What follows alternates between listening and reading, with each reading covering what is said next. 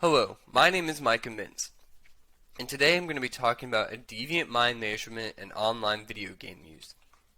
The need for a new measurement. Researchers have found the best way to curb deviant behavior patterns is through reinforcement of positive behavior and teaching problem-solving skills. If the only tool in someone's arsenal is aggression, they're going to solve all their problems with aggressive behavior. So teaching alternative solutions reduces the need for them to go to these deviant options. The current measurements only measure behavior. Having a measurement that analyzes deviant thoughts could provide a way to address this cognitively before deviant behavior patterns are developed. These current measurements also are in the form of a questionnaire, which can lead to a problem called self-report bias. Brenner and D. Lamater in 2016 conducted research highlighting the issue with self-report bias. In this study, participants were given a questionnaire asking how often they exercise. The researchers then followed up to see a gap between how much they actually exercised compared to what the participants recorded.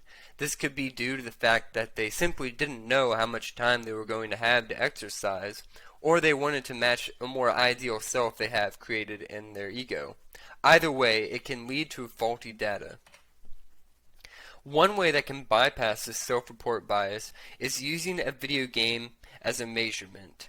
Bean and Groth-Marnett in 2016 showed that looking at what style of gameplay people prioritize can predict personality traits.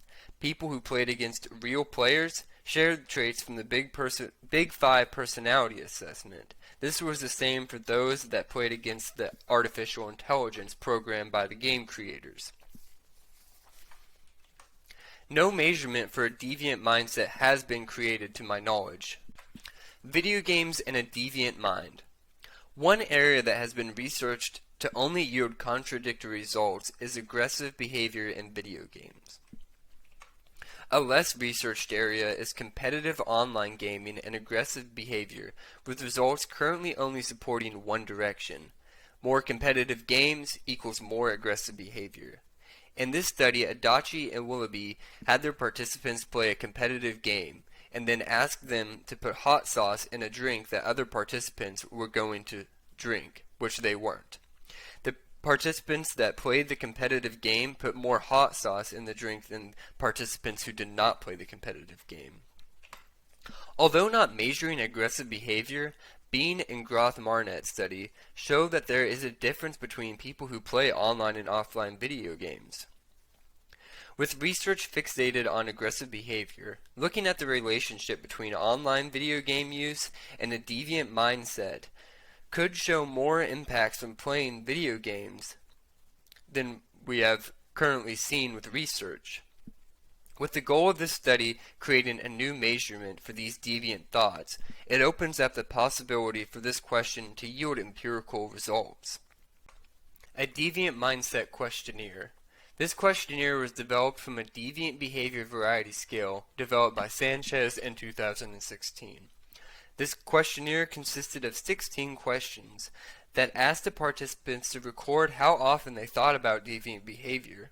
This ranged from minor infractions such as hitting or lying to someone, all the way up to more serious violations such as breaking into homes or drug use. This questionnaire also included questions asking how much time they spent playing online and offline video games in the past week. The Stanley Parable is a decision-making game where the player plays as a man named Stanley. Stanley works in an office where he pushes buttons on a computer whenever an order is sent to him. One day, no orders come and none of his coworkers are to be found. The whole story is told by a narrator who advises Stanley to follow the narrator's path. The player will at times come to two doors, and the narrator will say, when Stanley comes to two doors, he takes the one on the left. The player can choose to disobey and go the other way, leading the narrator to get angry. The more times you go against the narrator, the more frustrated the narrator will get with the player. All of this was conducted in the Psychology Human Lab. When the participants entered the room, they were set down and they played the Stanley Parable. I remained in the room to record if they did what the narrator said or took the deviant option and went against the narrator. If they asked me what decision to make, I would simply tell them, make whatever decision interests you most. I then gave the participants the Deviant Mindset questionnaire. Results. Prediction 1. The Stanley Parable can be used as a measurement tool to measure a deviant mindset. This was significant at the 0.05 level, with a p-value of 0.023. Prediction 2. Online gaming will have a positive association to a deviant mindset. This was not significant, and it had a p-value of 0.226. The Stanley Parable and offline video game use. This was found significant at the 0.05 level with a p-value of 0.05. This graph shows the relationship between the Stanley Parable and a deviant mindset questionnaire. On the y-axis, you can see the questionnaire score, and on the x-axis, you can see the Stanley Parable score. The regression line shows a positive association between these two variables.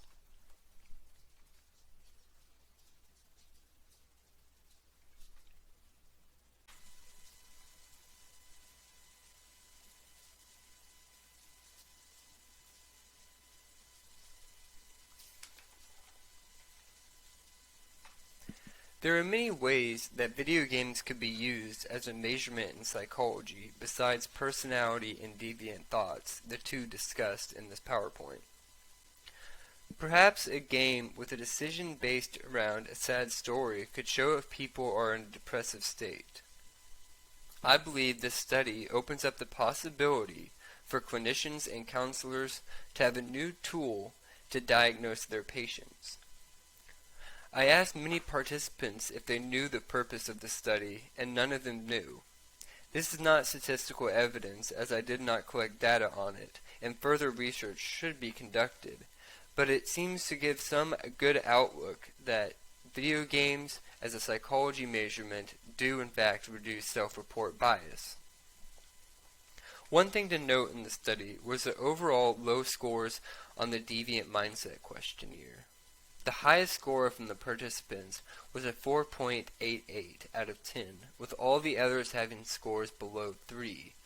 You can tell when by the 35 participants and the highest being 4.88, these are incredibly low. I think recreating this study with people diagnosed with antisocial personality disorder would be a good way to bring a higher deviant score and look at this data with larger numbers. Another factor to take into consideration is the low recorded gaming use. 24 of the participants recorded not playing any video games at all in the past week, with only 5 reporting playing more than 5 hours. These low numbers give a skewed results since one high number can throw everything off. It was odd to see offline gaming use having a significant association with the Stanley Parable, but not the Deviant Mindset questionnaire, since these both intended to measure the same thing. I believe this discrepancy is because of the extremely low amount of people that play video games in this study. This can be fixed by recruiting only people that play video games. There is so much to be learned from video games as a measurement. Keeping up with the technology advancements can push psychology research further and faster than it ever has in the past.